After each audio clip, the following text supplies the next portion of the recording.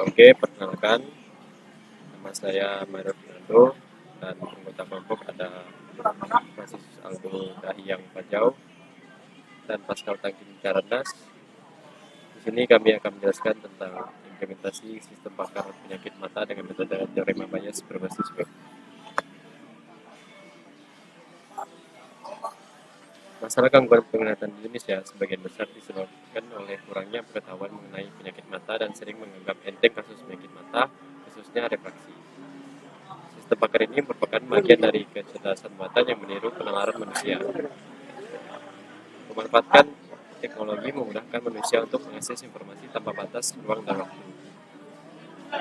Sedangkan metode teorema Bayes adalah metode yang menerapkan aturan yang dihubungkan dengan nilai probabilitas atau kemungkinan untuk menghasilkan sesuatu keputusan dan informasi yang tepat berdasarkan penyebab yang terjadi.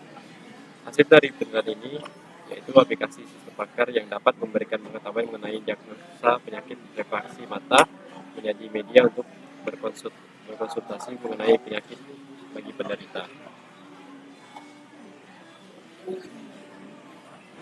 Masuk ke metodenya, teorema Bayes adalah cara untuk mengetahui probabilitas bersyarat. Probabilitas bersyarat adalah probabilitas dari suatu peristiwa yang terjadi mengingat bahwa itu memiliki beberapa hubungan dengan satu atau lebih peristiwa lainnya. Teorema Bayes memiliki bentuk umum sebagai berikut. Di sini merupakan rumus untuk teorema Bayes, yaitu keterangannya X adalah data dengan kelas yang belum diketahui, H adalah hipotesis data X merupakan satu kelas spesifik, P HIX merupakan probabilitas hipotesis H berdasarkan kondisi X, sedangkan PH adalah probabilitas hipotesis H, PXH sama dengan probabilitas X berdasarkan kondisi pada hipotesis H, PX sama dengan probabilitas dari X. Untuk rumusnya yaitu PHX sama dengan PXH, PH, dan PX. Di sini kami menggunakan kode dan nama penyakit. Untuk kode P01 yaitu nama penyakitnya miopia, P02 hipermetropia, P03 astigmatisme, P04 presbiopi. Di sini kami hanya menentukan 4 penyakit dengan kode P01, P02, dan P03 dan P04.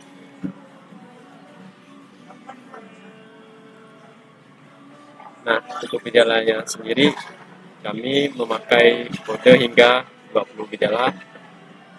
Yang pertama dari G01, G02, G03, dan seterusnya sampai G20.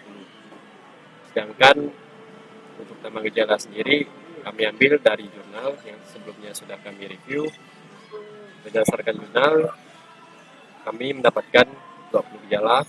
Salah satunya yaitu contoh G01 pandangan kabur sambil objek, G02 sering menyipitkan mata, G03 sakit kepala, G04 mata lelah, dan seterusnya.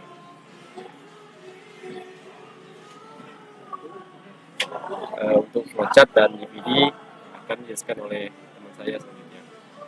Saya Pascal Karandas yang menulis Mario. Jadi saya akan menjelaskan tentang flowchart dan DMT.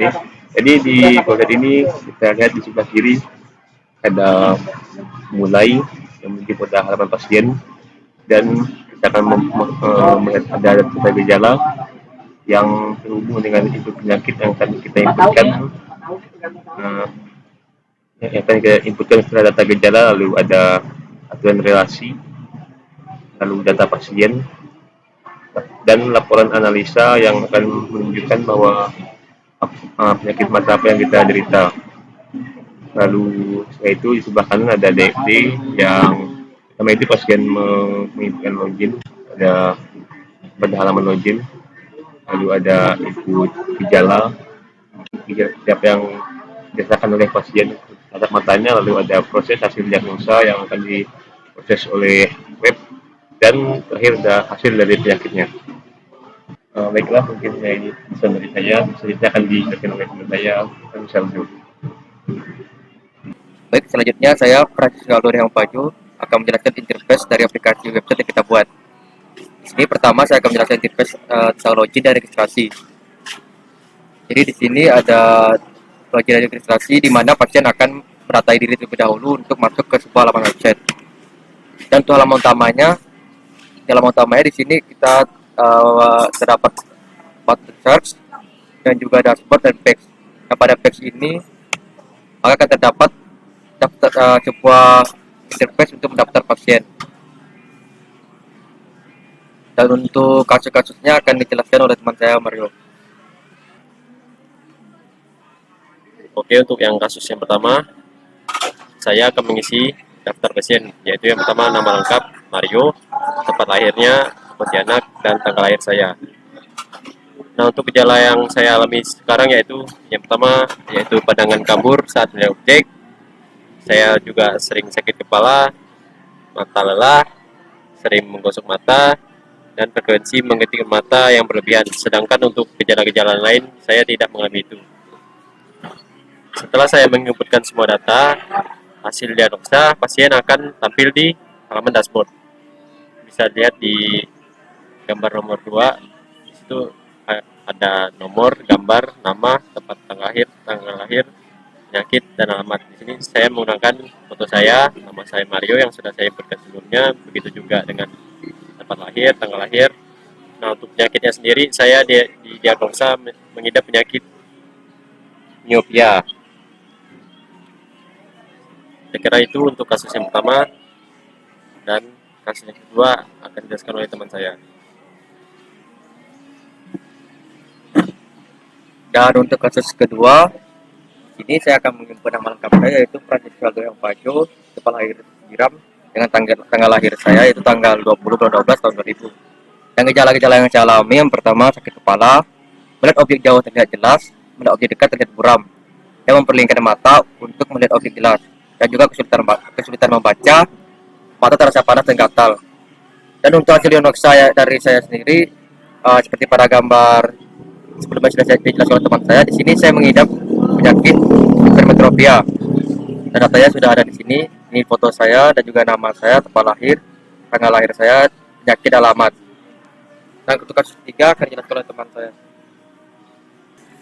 Jadi saya pas lagi cerdas akan mengisi kasus 3. Jadi pertama itu saya akan mengisi nama saya pakai cerdas, tempat lahir saya Munte, lalu tanggal lahir saya tanggal 12 bulan 4 2021. Lalu saya menginputkan gejala saya itu sering menyedihkan mata, sakit kepala, distorsi penglihatan, pandangan samar, sulit melihat saat malam hari, mata sering tegang dan mudah lelah, sensitif pada sorotan cahaya, lalu penglihatan ganda. Lalu setelah saya melihat hasilnya, saya didiagnosa penyakit astigmatisme. Baiklah, mungkin hanya ini saja penjelasan dari kelompok kami. Menurut keyakinan kata, kami ucapkan terima kasih.